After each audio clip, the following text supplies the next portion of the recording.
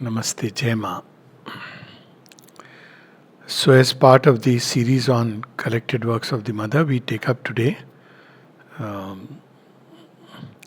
in my reading, a most fascinating volume. Collected Works of the Mother, Volume 3 is also very fascinating, but it's more like the basics of sadhana. And if one wants to understand a little more advanced aspects of the sadhana, then volume 9 forms a very good companion volume. Everything is precious, everything is wonderful, but otherwise, especially because 56, as we know, the supramental manifestation took place. And then we see hints and glimpses in volume 8, where the mother is giving some little bit of revelation about what the supramental world will be like. But here she begins to open a wide door. What is the old world? What is the new world? What is physical transformation? She is giving us glimpses. What is her plan? What is her agenda? What is she doing? What she expects from us? All this is here. And it's amazing. That's why I won't rush through this volume, but go probably a little bit slowly. In this volume also, because Mother takes up thoughts and glimpses of Sri Aurobindo, the later part. But she also takes up portions of the Life Divine also. But she also takes up the supramental manifestation. These are the last writings of Sri Aurobindo. I mean, if you leave aside Savitri and maybe an odd letter which she would have written, but otherwise 49 to 50, Sri Aurobindo wrote this series of essays for the bulletin of Sri Aurobindo International Education Center. And at Mother's behest, because by then he was not writing any essays and all these things. So he started writing, and it was primarily because people didn't understand the need of physical culture. And they were also, and we'll see it all here. So when she started engaging so much in the playground activities, and even more and more, so people thought that somewhere the sadhana is losing track. Great people. Because they felt that sadhana equal to meditation. And so Mother even explains that we have this old idea about yoga, about sadhana, how things have changed. Practically, it takes up every aspect. It like lays the fundamental foundations of the next level. So it's like an orientation program for the next level of yoga. So there is a very interesting, on 2nd January itself, very interesting conversation where she says that it is not a crucified but a glorified body that will save the world. So the background was that coming from a Christian background, somebody had sent a exhibition, and naturally the person was disturbed. War is happening, and war has been happening always on planet Earth. So much has been happening. So with the Christian piety, one was filled with all this anguish and pain, and in a goodwill gesture wanted that, things should become better, they should cease, they should not be the way they are, with a lot of goodwill. And so what happens with that goodwill, like we should do something. Now invariably we should do something means the perpetrators of evil, they don't have any such concept. So often I say in the Indian context that everybody keeps saying that, Hindus should be tolerant, Hindus should be like this, Hindus should be... We understand, we believe in it, that everybody should be equal. But it is the perpetrators of the problem creators who has to understand it. So it keeps swinging, from one side to another. So she says that this is a kind of weak approach. And you cannot confront evil with weakness. Here weakness is, I won't fight you, I can't fight you. But see, be a good guy. It's not good. It's not very nice that, you are the way you are. You should become a good person. She says it's a very weak approach. This doesn't really help. So what's going to help? Should we fight? She doesn't give that solution. She says evolve and change into a glorious body to the next level. And that will have a power, because when people understand that there is so much more than religion, than ideologies, then they begin to change. So this is a very beautiful little conversation. And I'll just read a small little part of it. And she says, naturally, there is the same idea in India, this idea of the complete renunciation of all physical reality, the profound contempt for the material world, which is considered an illusion and a falsehood. That leaves, as Sri Aurobindo used to say, the field free to the sovereign sway of the adverse forces. So we see that in Mahabharata also, this is the same idea. That I renounce the kingdom, renounce the world. Okay, they are evil, but how am I better if I also fight them? So this tendency is a very dangerous tendency. Recently somebody wrote to me a letter saying, Ki, isn't Mahabharata all about, Draupadi is the Kundalini Shakti and the Pandavas are the 5 elements, etc., etc., entire symbolic. I said, you'll rob the Mahabharata of most of its meaning if you interpret like that. Because then it means you are saying it's all something within. As to outer war, all this, we should not engage in it. Same way people explain the Gita, and there are people who have explained like that. And unfortunately, it was by some Paramahans Yogi ji, so I didn't directly contradict, but I say, see, if you do this, first of all, it's not going also with the basic story. They are not 5 elemental powers. Each one is representing a Godhead whose Ansha is in the person. But that apart, we have this tendency that this is evil, you try to do good, but it doesn't work out, so ultimately renounce. So the mother is saying it's a very weak approach because it leaves the earth progressively in the hands of the adverse forces. And that's what has happened in India. Because until now, evil has been opposed by weakness, by a spiritual force without any power for transformation in the material world. So you can't change evil. You are really supplicating to them, but you don't have the power to change. So how will this help? This tremendous effort of goodwill has ended only in deplorable failure and left the world in the same state of misery and corruption and falsehood. To put it otherwise, a spiritual force which would be capable of transforming both the consciousness and the material world, this force is the supramental force. So this is the solution of the mother and Sri Aurobindo. Not like, okay, you all should be good guys, don't do like this, don't fight children. It doesn't help, everybody knows this. At the same time, okay, I'll oppose it with material force. Now, okay, you can do it as an exigency, but it is not changing either. So a force which is greater, and that is a supramental force. And then she says something very powerful. It is neither sacrifice, of course sacrifice not in the sense of the Gita, but becoming a martyr. It is neither sacrifice nor renunciation, nor weakness which can bring the victory.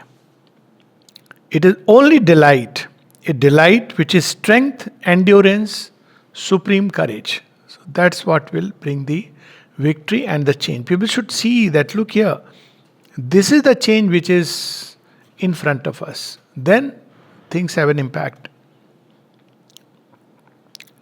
So the disciple asks, Mother, this new force which is going to act, will it act through individual effort or independently of it?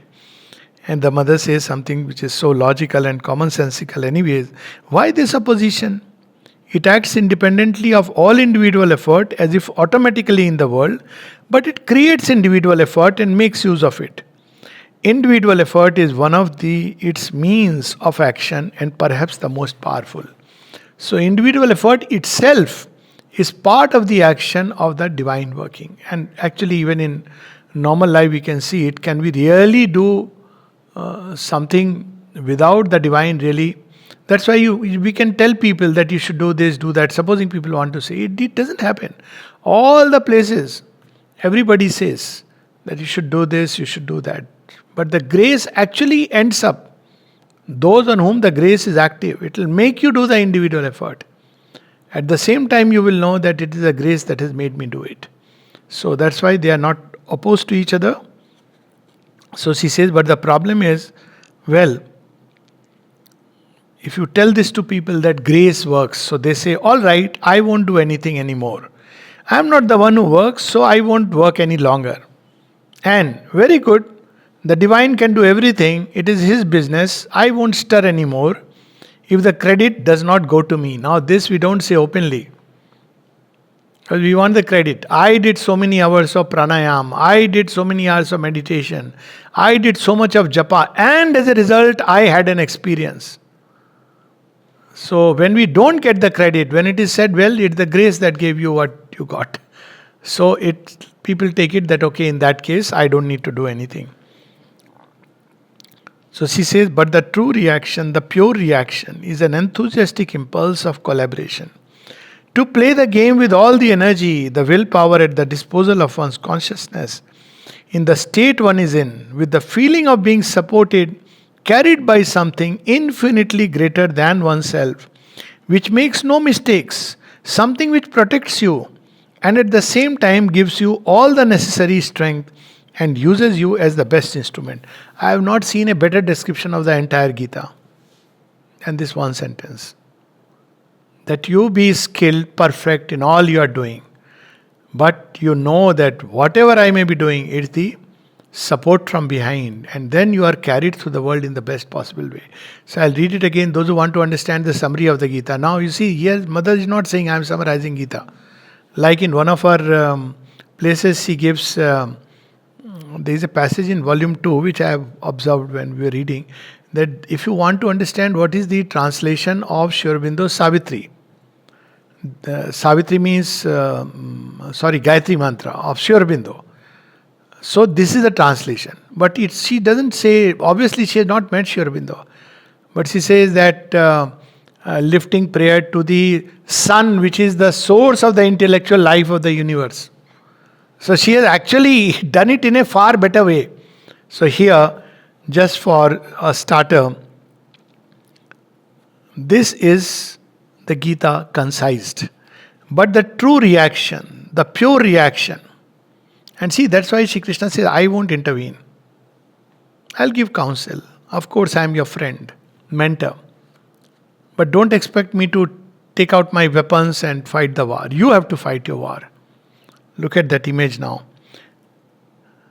True collaboration is an enthusiastic impulse of collaboration to play the game with all the energy, the willpower at the disposal of one's consciousness, in the state one is in, with the feeling of being supported, carried by something infinitely greater than oneself, which makes no mistakes, something which protects you, and at the same time gives you all the necessary strength and uses you as the best instrument. And one feels that, and one feels one is working in security, that one can no longer make any mistakes, that what one does is done with the utmost result and in delight. She says that is the right movement that we should make. How beautiful. And as I said, so when she speaks of delight, she speaks about God is pure delight, and it's only by that oneness that we can realize. And here she gives again this hint about the new world. So what is this new world? This new orientation, I mean new in its terrestrial realization, must replace all the former spiritual orientations and open the way to the new realization, which will be a supramental realization. So what is this new orientation? That is why I told you last week that only delight, the true divine delight, can bring about the victory. And at one place she says very interestingly, there in the next volume, so she's asked that, if adverse forces come, what we should do. She says, laugh at the adversary. Another place he speaks of the son of divine laughter, this wonderful delight, which is, the son of divine laughter. And she says that, and for that divine laughter, let us avoid the company of people who are too virtuous. She says, because people who believe perfection equal to virtues, they ultimately start eliminating everything from the universe. Because ultimately, delight is a crown, but on the passage you will see the mixture. And several places he says that, because there is a difficulty here, therefore I should not touch it. I should not take this. Why? Because there is a danger. Because there is a possibility of error. But that's not how real life operates. That's not how evolution works. You have to take the wager and the danger. That's how Sri Aurobindo puts it. So everybody wants to escape from that. So when I had started these talks, so somebody was once telling me, but so much ego can come. I said, yes, ego can come even if I don't speak. I said, I've heard so many people saying that, oh, that person is only a speaker. I said, so what is it? Is it an egoless state? It's a tremendous ego. That speaker is inferior to the non-speaker. I said, see, ego can come anywhere. Ego is such a masquerade fellow. So when I would go out, same thing used to happen. I said, see, there are people who have great pride in the fact that they never stepped out of Pondicherry. And they've recounted like that. We never went out. I said, very good. I also don't want to step out. I wish I could be in my comfort zone where I didn't have to speak anything. I would also enjoy dining room food and go to playground, be very happy all my life. Who would want to do all this? It's only if the work impels you. So this is something very difficult to explain. So ego can come anywhere, but many people would not engage. There are people who, even for speaking, I've heard because I know this part. No, my ego can come in. I said, of course it will come in to start with. You can't wait that when I'll be egoless, then I'll do some activity. Then you will not do anything. There is ego in doing dining room work. See, like in many of these, I think I've remarked, Jyoti ki seva. I don't know people have heard it or not. Jyoti ki seva. So Jyoti ki seva, sometimes big generals in army or businessmen outside the Gurudwara, they do Jyoti ki seva. Means we'll pick up the shoes and keep it. And feel very proud. See, I am such a big man. And I am doing such a humble work. I am sweeping the outside of the ashram every day. And people also remark, every day morning, he used to get up in the morning and sweep the outside of the ashram. I mean, it's a great thing. All these are great things. Every action is beautiful when done with a spirit of service. But this is how the problem is. That we have to understand that we have to go back to this delight of existence in everything.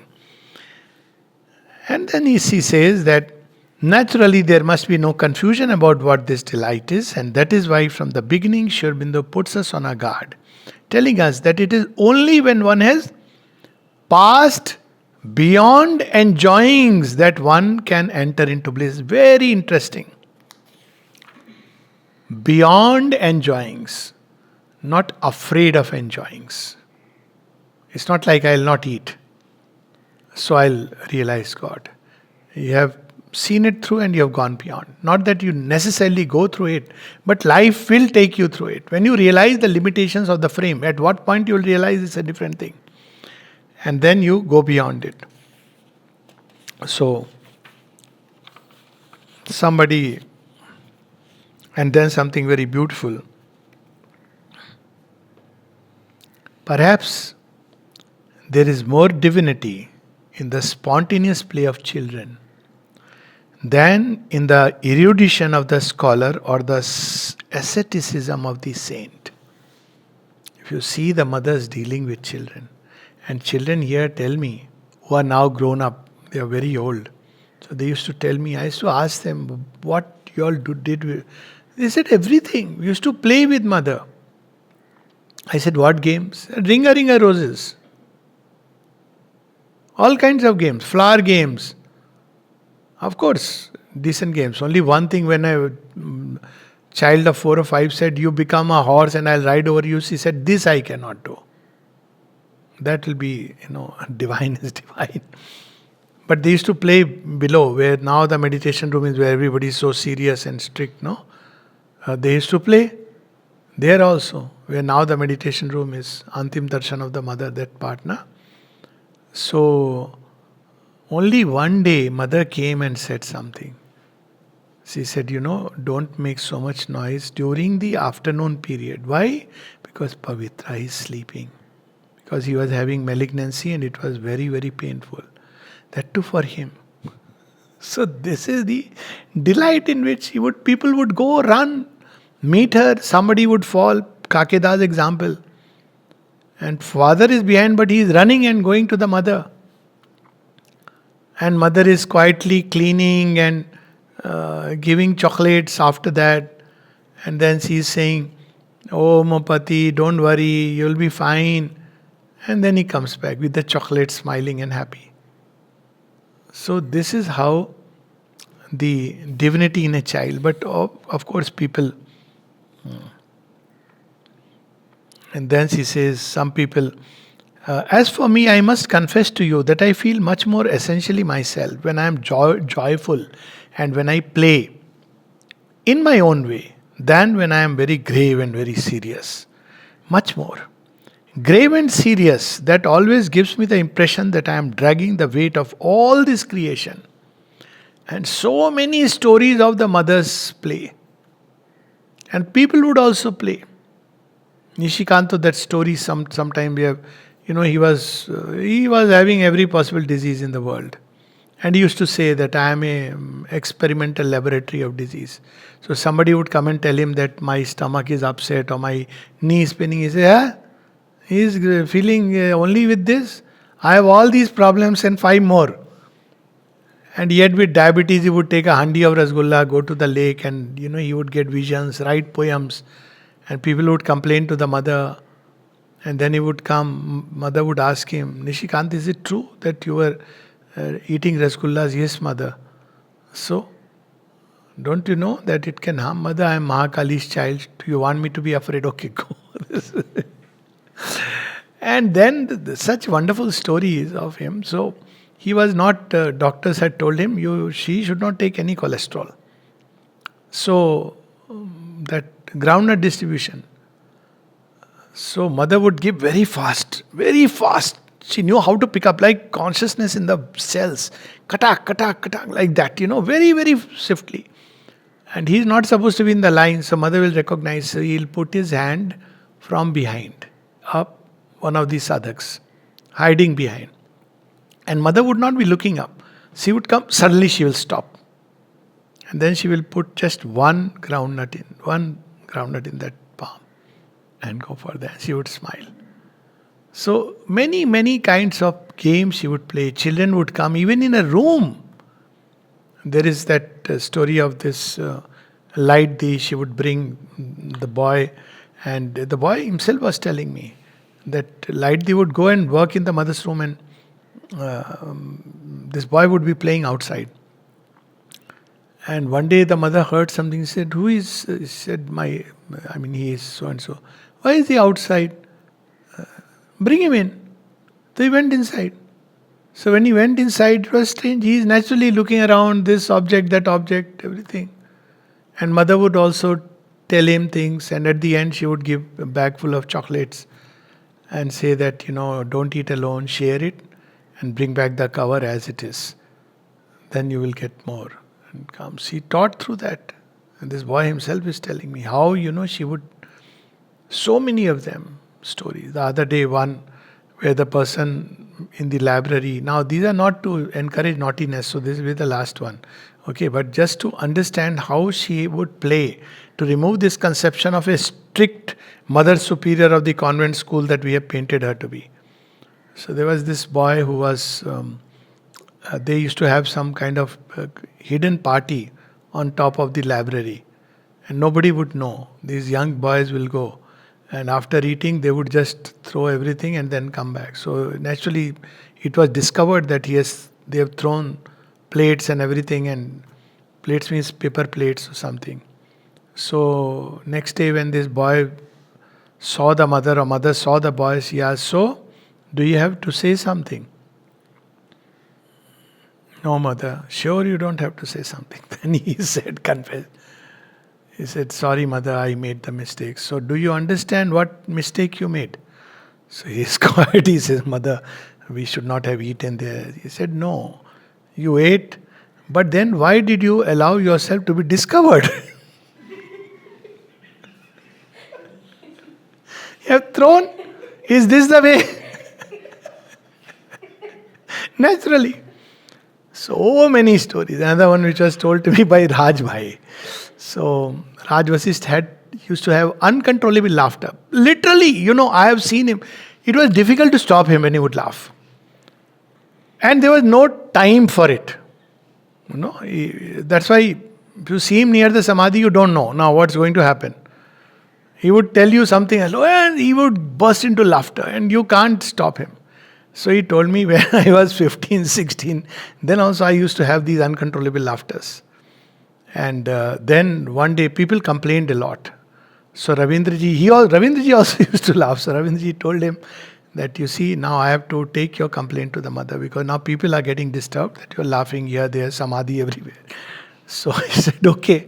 So he went to mother.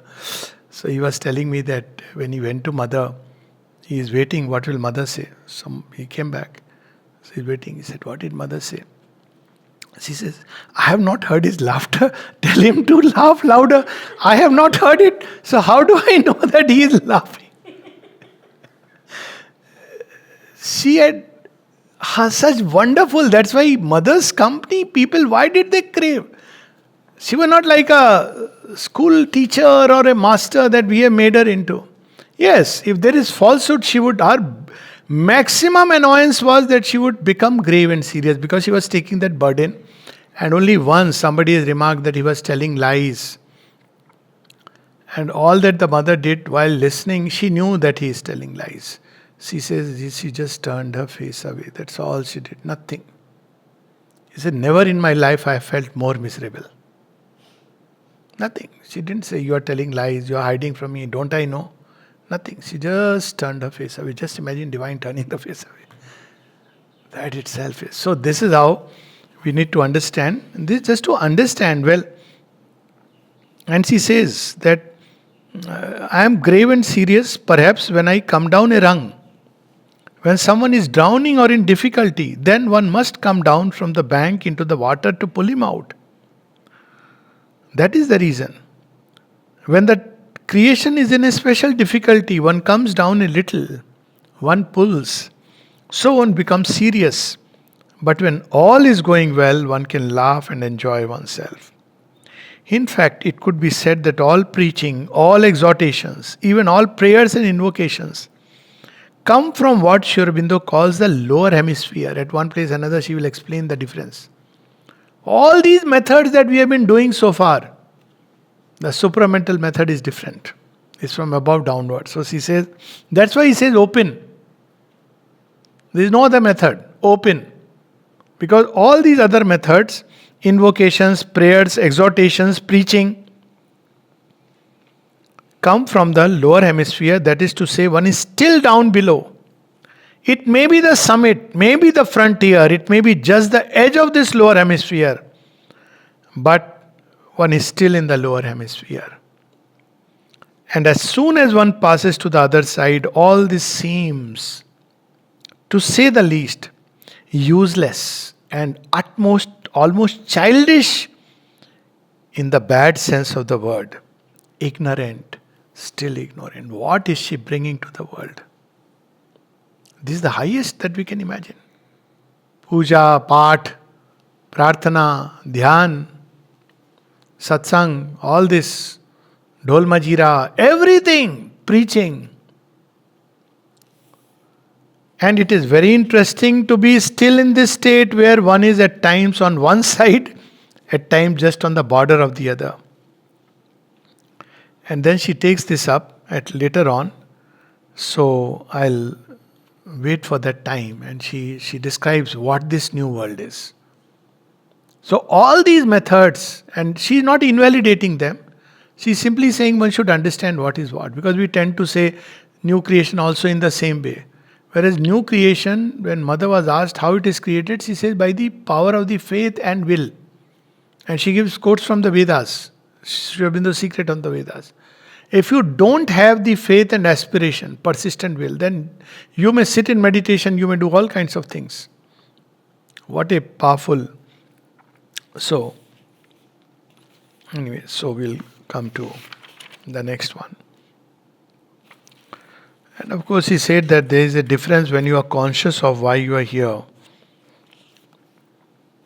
and when you are pushed toward the divine by crashing circumstances. One lives from day to day the events of each day. When one is very young, one thinks of playing, eating, and a little later of learning, And after that, one thinks of all the circumstances of life.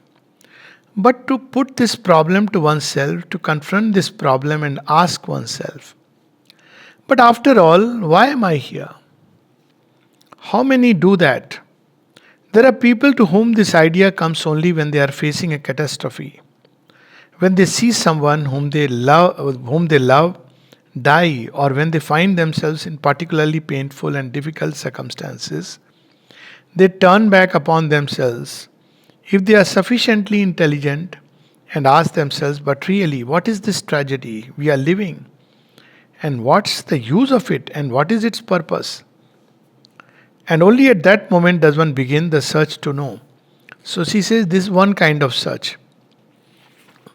She says about students also that many of you are here, and if I ask you why you are here, so you will say probably my parents are here, so I am here. But she says actually something else has brought you here which you don't know, you don't understand. So she's asking us to become conscious. She says perhaps it is an indication of a destiny, of the purpose of my life. You should feel like this. Essentially, it is only when one has become aware of one's soul, has been identified with one's psychic being, that one can see in a single flash the picture of one's individual development through the ages. There is such a great difference between feeling vaguely, having a hesitant impression of something, of a force, a movement, an impulse, an attraction, of something which drives you in life. But it is still so vague, so uncertain, it is hazy. There is such a difference between this and having a clear vision, an exact perception, a total understanding of the meaning of one's life. And only then does one begin to see things as they are, not before. So she speaks of a vague aspiration, not even an aspiration. If most of the people are asked, why are you here? Maybe some would say, I like it. Some would say, because my child is here, or my parents are here, or my grandparents were here. That also I've heard, that my grandparents had come here. Some may say that, well, Mother and Sri Aurobindo, I feel attracted in some way. That's still a big thing.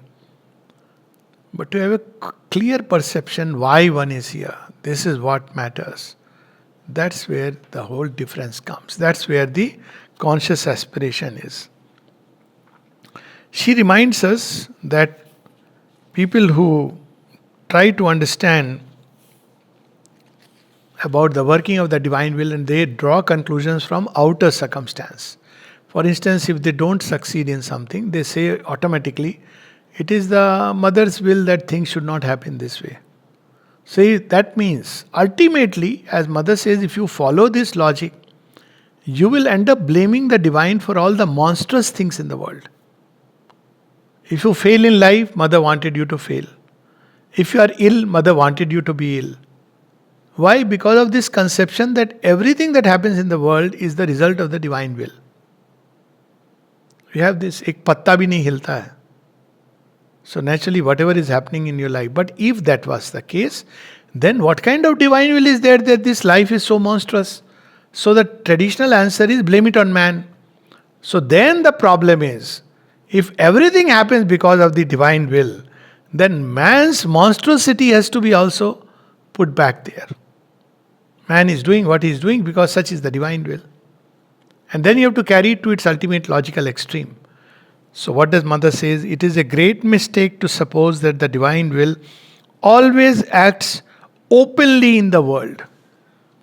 I should say it is extremely rare for it to act openly. It always acts, but not openly. And when it acts openly, that is what men call miracles.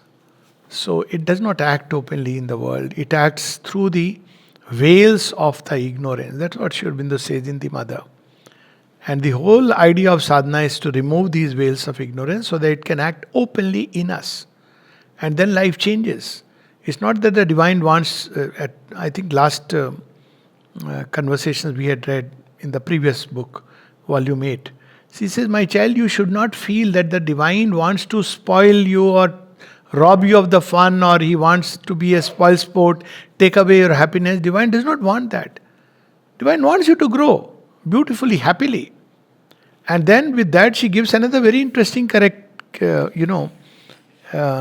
guidance that how to know something is coming from the divine or not.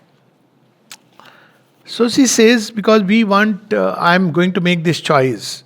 Is this choice coming from the divine? And they put sometime themselves into a very miserable situation. For example, if you have to marry, I'm giving this example, actual example, that two choices were there before a boy. So he said, how do I know which one to choose? So then he gave his solution. He says, I am putting both the names and I'll pick up one. I said, what if the divine has third one in mind? So he says, what should I do? I said, I'll tell you what I did in the beginning. I didn't know. So usual, doctors or suitors, this, that. I was inwardly not interested. But still, I had that time Saraswati Ma, I didn't know about all this. Divine Mother, so I put 4, this is not a recommended thing, but I made 4 little chits and put before Mother Saraswati. So there were 3 girls, I wrote their names. And 4th was blank. And I was so happy when I picked up the blank one. I told my parents, see, I can't help it now, it is Mother Saraswati's blessing. How do you know? And besides, not about this person or that person. Probably the divine will say, if you don't marry, it is best.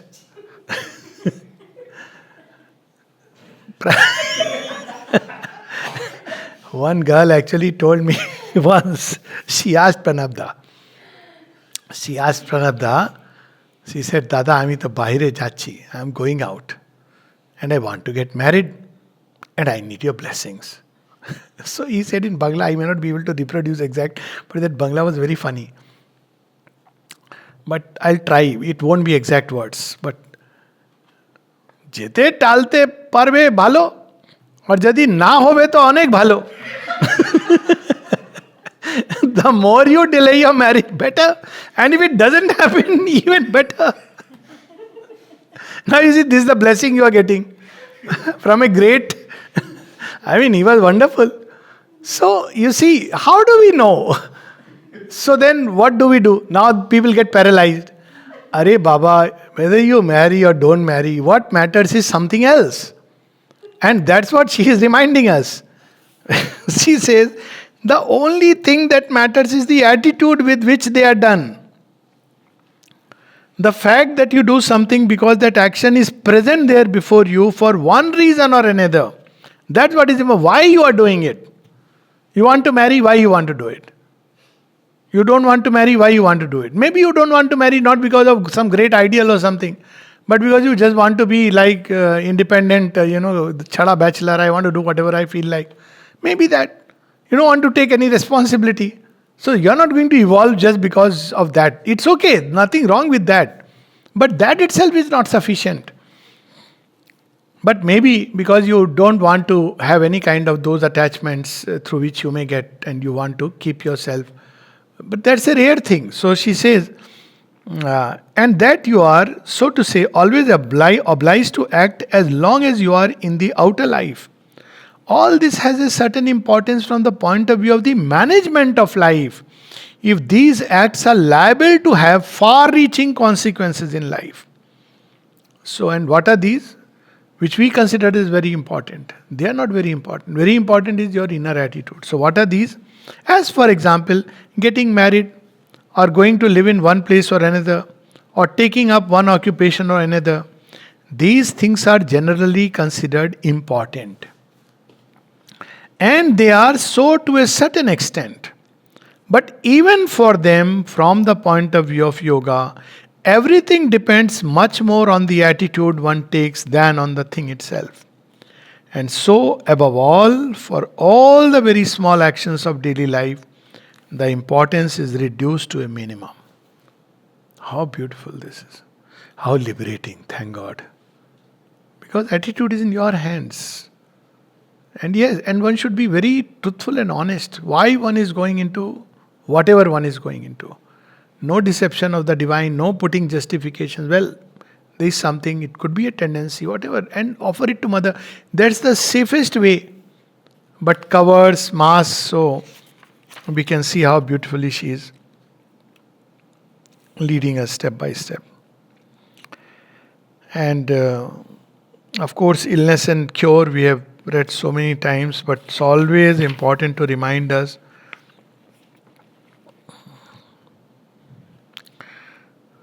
very powerful this is. And okay, so I have already told you many a time that to seek suffering and pain is a morbid attitude. Some people take that attitude. We'll sleep on the floor, give our body pain. If you're very crude, then maybe it is required, because your crude consciousness needs the ascetic way. But otherwise, in this yoga, you don't need to do it. Not that you have to look for the best designer, what is it called? Dunlop pillow, I don't know, whatever it is. No, not that way. But you don't have to adopt methods which are going to be painful. Fasting. No, it's not that you progress spiritually by fasting. It may do good to your body, but we don't know.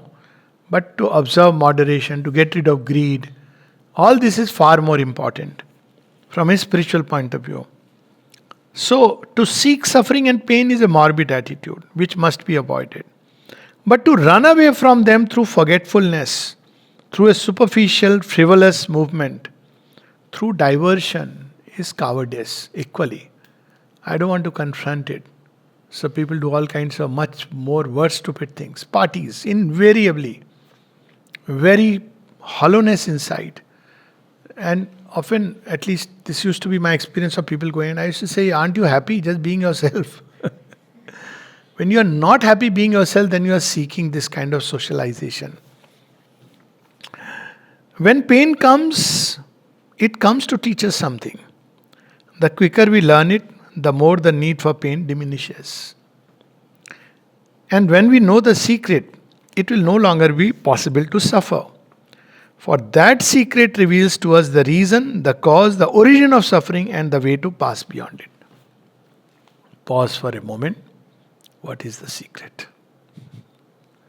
Which pain comes to teach us.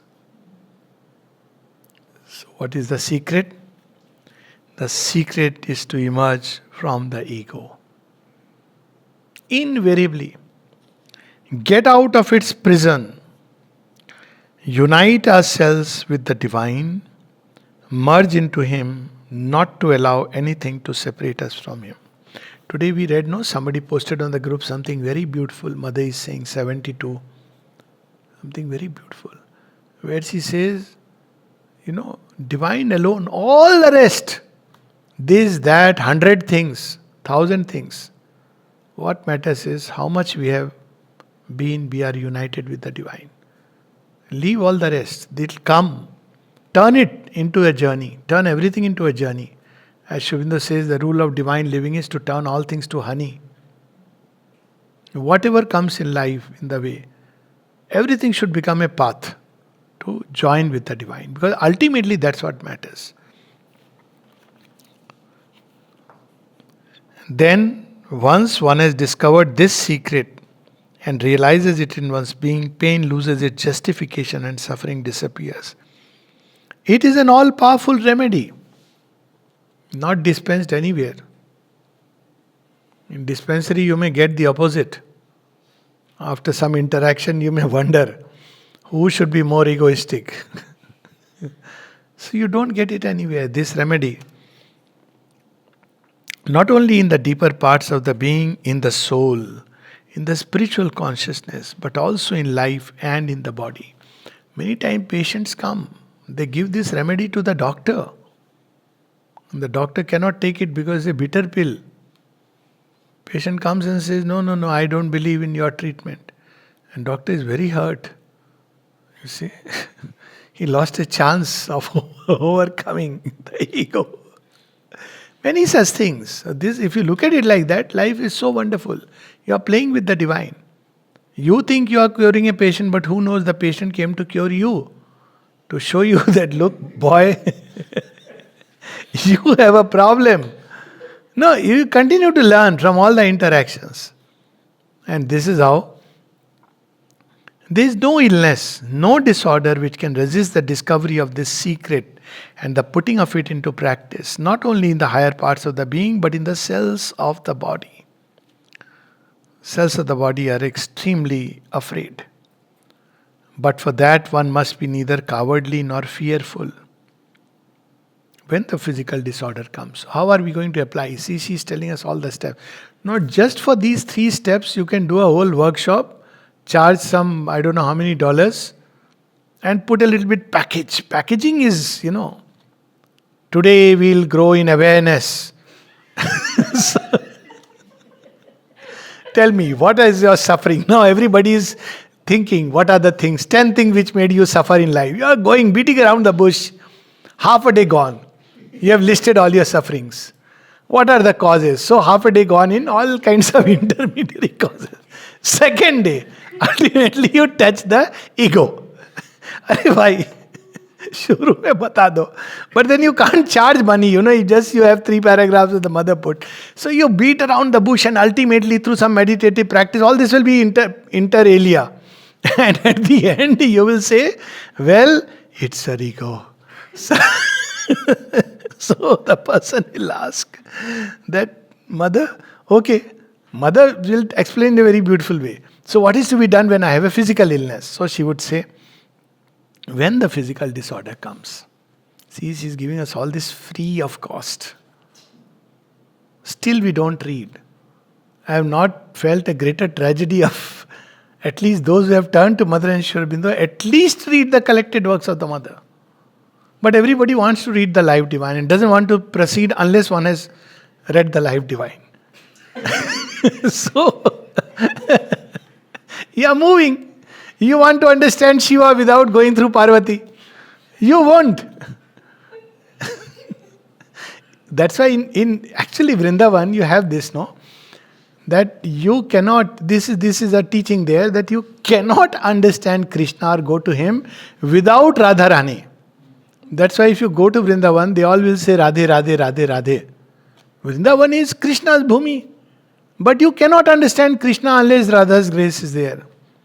So if you read the Mother, you will understand the Mother plus Sri Aurobindo. It's along with that. You'll understand the Life Divine. See the Gita, we read one passage. Then you will see, oh, this is what the Gita is teaching you. So, she says, when the physical disorder comes, one must not be afraid. One must not run away from it. Must face it with courage, calmness, confidence. So how do these things come? Use anything which can make you feel that. Keep a blessing packet. Keep her picture. Look at her picture. Remind yourself, Mother is with me. She's in my heart. All these, several, each one, now the processes each one will devise. You will discover your own process. Play the Mother's music. Whatever way. Stay in the company of those or listen to those who will inspire trust and confidence in you. Whatever way. Cultivate calmness, courage, faith. So she's saying all these things. With the certitude that illness is a falsehood, and that if one turns entirely in full confidence with a complete quietude to the divine grace, it will settle in these cells as it is established in the depths of the being. Open these cells. Ma. This is the Yajnavedi. Turn this body into your Yajnavedi. All my cells are yours. Do with it whatever you want. Now, some people say, what if I die? Arey, this is a beautiful way to die. Actually, if at all you have to, at one place he says, in prayer of, I think, March 17, 1913, he says precisely this. Abandon your body completely to the divine. If you leave your body, this is the best possible condition to leave the body. And, I mean, for whatever reason. And if you come out of it, this is the best way to come out of it. But for that, there should be no fear. If you are afraid, take the medicines. Don't live in 2 worlds. Because then fear is a very dangerous... if you are afraid, take the medicine. It's okay. Not that Mother will be angry. Not that these 2 people turn into a play of the ego. I will never take medicine. No, not like that. Be like a child. So she says, call the grace. And then it will settle, and the cells themselves will share in the eternal truth and delight. So she teaches us a way. Everything she has given away, how to get rid of pain, how to, cure all these things. But obviously, it has to be applied. There's a very interesting, one of my favorite sentences, so I just want to read that. Someone asked her passages about independence and independence, service, unity, all these things. So, Mother says something very interesting. Independence. I remember having heard an old occultist and sage give a beautiful reply to someone who said, I think it was Inayat Khan, but I may be mistaken. Mother had met Inayat Khan when she was in Paris, and he had also come here, and he had played for Sri Aurobindo. So and he was a mystic, he had occult capacities also. So he said, someone who said, I want to be independent, I am an independent being, I exist only when I am independent. So the sage, when somebody came and told the sage this, and the other answered him with a smile, then that means that nobody will love you. Because if someone loves you, you immediately become dependent on this love.